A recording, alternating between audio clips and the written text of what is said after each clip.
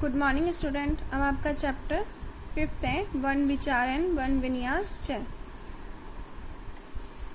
अब देखो वर्णमाला किसे कहते हैं। वर्णों के समूह को वर्णमाला कहते हैं। अब वर्ण की परिभाषा, भाषा की सबसे छोटी इकाई शब्द या पद के सबसे छोटे अंश को वर्ण या अक्षर कहते हैं, जैसे क, प, फ, य, ल, अ, ई, उ, ए आदि। संस्कृत में वर्ण दो प्रकार के होते हैं, स्वर और व्यंजन। अब संस्कृत वर्णमाला में वर्णों के 3 भेद होते हैं, स्वर, व्यंजन और आयोगवाह। ये है स्वर, व्यंजन, आयोगवाह किसके हैं? संस्कृत वर्णमाला के। और संस्कृत वर्ण कितने? 2 होते हैं, स्वर और व्यंजन। स्वर है जिन वर्णों के उच्चारण के लिए अन्य किसी वर्ण की सहायता नहीं लेनी पड़ती, उसे स्वर वर्ण कहते हैं। अब स्वर वर्ण कितने प्रकार के होते हैं? 5 होते हैं, अ, ई, उ, री, ली। अ, ई, उ और री आदि। ऐसे स्वर कितने प्रकार के होते हैं? 13 होते हैं, जैसे ए, आ, ई, उ, ए, ऐ, ओ, औ और ली। अब है स्वर के प्रकार। स्वर कितने प्रकार के होते हैं? स्वर 3 प्रकार के होते हैं, ह्रस्व स्वर, दीर्घ स्वर और अब देखो आपकी बुक में दे रखी है स्वर वर्ण के 2 भेद होते हैं, ह्रस्व स्वर और दीर्घ स्वर। अब ह्रस्व स्वर किसे कहते हैं? कि जिनमें एक मात्रा का समय, ह्रस्व स्वर किसे कहते हैं? जिनमें एक मात्रा का समय लगता है, अर्थात दीर्घ स्वरों की तुलना में क्या लगता है? कम समय लगता है, उसे ह्रस्व स्वर कहते हैं। ह्रस्व स्वर कितने होते हैं? 5 होते हैं, अ, ई, उ, री, ली। ठीक है। उसके बाद है दीर्घ स्वर।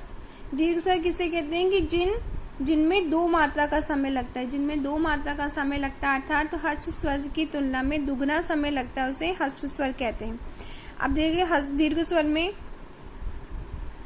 दीर्घ स्वर में किसे आता है? कि जिनमें 2 मात्रा का समय लगता है, अर्थात ह्रस्व स्वर की तुलना में दुगना समय लगता है, उसे दीर्घ स्वर कहते हैं।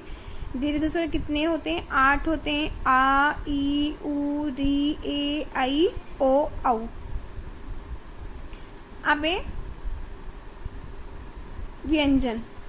जिन वर्णों के उच्चारण में स्वर वर्ण की सहायता ली जाती है, उसे क्या कहते हैं? व्यंजन कहते हैं। अब व्यंजन कौन कौन से होते हैं? क, ख, ग, घ, ण, च, छ, ज, झ, ञ, ट, ठ, ड, ढ, ण, त, थ, द, ध, न, प, फ, ब, भ, म, य, र, ल, व, श, श, श। ये सब हो गए आपके व्यंजन। अब व्यंजन को भी कितने भागों में बांटा गया है? 3 भागों में बांटा गया है। ठीक है। व्यंजन को कितने भागों में बांटा गया है? 3 भागों में बांटा गया है, स्पर्श व्यंजन, अंतस्थ व्यंजन और ऊष्म व्यंजन। अब स्पर्श वर्ण। स्पर्श का अर्थ होता है छूना, कि जिन वर्णों का उच्चारण जीभ, दंत, तालु तथा होठ आदि के छूने से होता है, उसे स्पर्श व्यंजन कहते हैं। अब स्पर्श व्यंजन को भी कितने भागों में बांटा गया है? 5 भागों में बांटा गया है, क वर्ग, च वर्ग, ट वर्ग, त वर्ग और प वर्ग। अब इसमें इनकी संख्या कितनी होती है? स्पर्श व्यंजन की कुल कितनी संख्या होती है? 25 होती है। ठीक है। और ये क वर्ग के जो वर्ण होते हैं वो कंठ होते हैं, च वर्ग के होते हैं वो तालु में आते हैं, ट वर्ग के मूर्ध में आते हैं, और त वर्ग के दंतव्य में, और प वर्ग के होष्ठ में आते हैं, होठ में। अब अंतस्थ व्यंजन किसे कहते हैं? जिन वर्णों की उच्चारण करते समय यह अनुभव हो कि वर्ण वायु के साथ मुख से ही बाहर मतलब ठहर रही है, उसे अंतस्थ वर्ण कहते हैं। ठीक है। मतलब वो वायु के साथ ही अंदर रुक रही है, मुंह के अंदर ही, तो उसे क्या कहते हैं? अंतस्थ व्यंजन कहते हैं। अंतस्थ व्यंजन कितने होते हैं? 4 होते हैं, य, र, ल, व। अब ऊष्म व्यंजन। अब ऊष्म व्यंजन है कि जिन वर्णों के उच्चारण करते समय गर्म हवा निकलती है, गर्म हवा हमारे मुख से बाहर निकलती है, उसे ऊष्म वर्ण कहते हैं। जैसे श, श, सह। जैसे देखो आपने अगर मुख में अंदर ठहर रही है तो अंतस्थ व्यंजन हो गया, और बाहर निकल रही है तो ऊष्म व्यंजन हो गया। अब अनुस्वार। जिन वर्ण के ऊपर जो बिंदु के ऊपर लगाया जाता है, उसे अनुस्वार कहते हैं, जैसे संस्कृतम, विद्यालयम। अब विसर्ग। विसर्ग किसे कहते हैं? विसर्ग का प्रयोग का अर्थ है ह के रूप में किया जाता है। जिस शब्द के अंत में अ, ई, उ है उसमें विसर्ग लगता है, जैसे राम, बालक, मति है, मुनि है, साधु है, भानु है। अब ये संयुक्त व्यंजन, संयुक्त व्यंजन किसे कहते हैं कि जिनमें दो मात्रा का समय लगता है, अर्थात हश्व जब दो व्यंजन आपस में मिलकर एक नया रूप बना लेते हैं। किसे कहते हैं कि जब दो व्यंजनों से मिलकर कोई एक नए व्यंजन का निर्माण होता है, उसे संयुक्त व्यंजन कहते हैं। जैसे आपके संयुक्त व्यंजन कैसे, क प्लस श प्लस अ तो श बन गया। कि देखो जैसे त्रय का त प्लस र, ज्ञ का ज प्लस य, श का स प्लस र, द का द प्लस ध। जैसे त्रि का है त प्लस री, ह का है ह प्लस ल, जैसे हव का है ह प्लस व।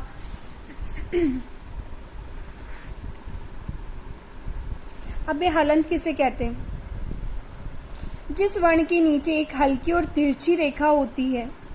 किसे कहते हैं कि जिस वर्ण के नीचे एक हल्की और तिरछी रेखा होती है उसे हलंत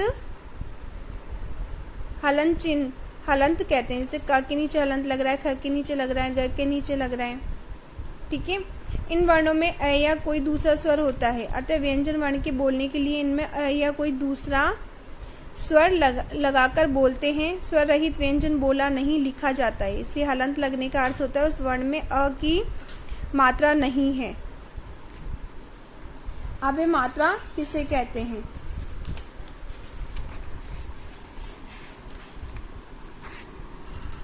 मात्रा देखो कि अ के अलावा जब कोई स्वर या व्यंजन के साथ जोड़ा जाता है तो वह मात्रा के रूप में दिखाया जाता है। जैसे क प्लस ए बराबर क प्लस आ बराबर क प्लस ई बराबर की।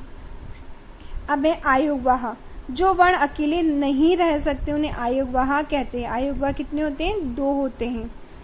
ठीक है, अंग से अंगूर और अह।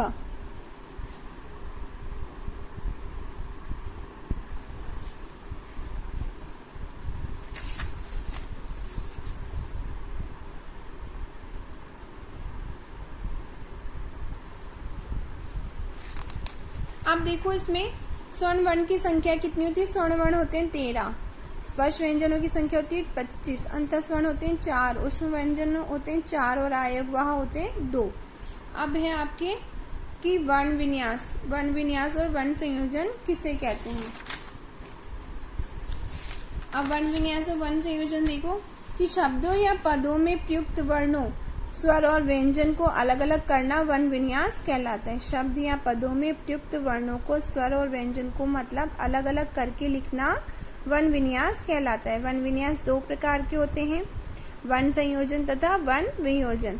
वर्ण संयोजन का मतलब होता है कि वर्णों या अक्षरों को मिलाने से जब शब्द या पद बनता है उसे क्या कहते हैं, वर्ण संयोजन कहते हैं। वर्णों के इन वर्णों को मिलाने की प्रक्रिया को वर्ण संयोजन कहा जाता है।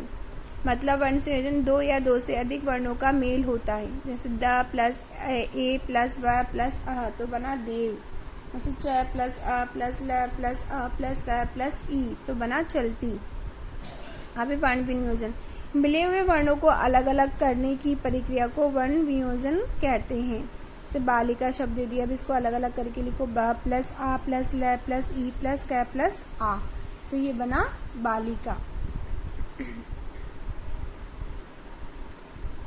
Thank you.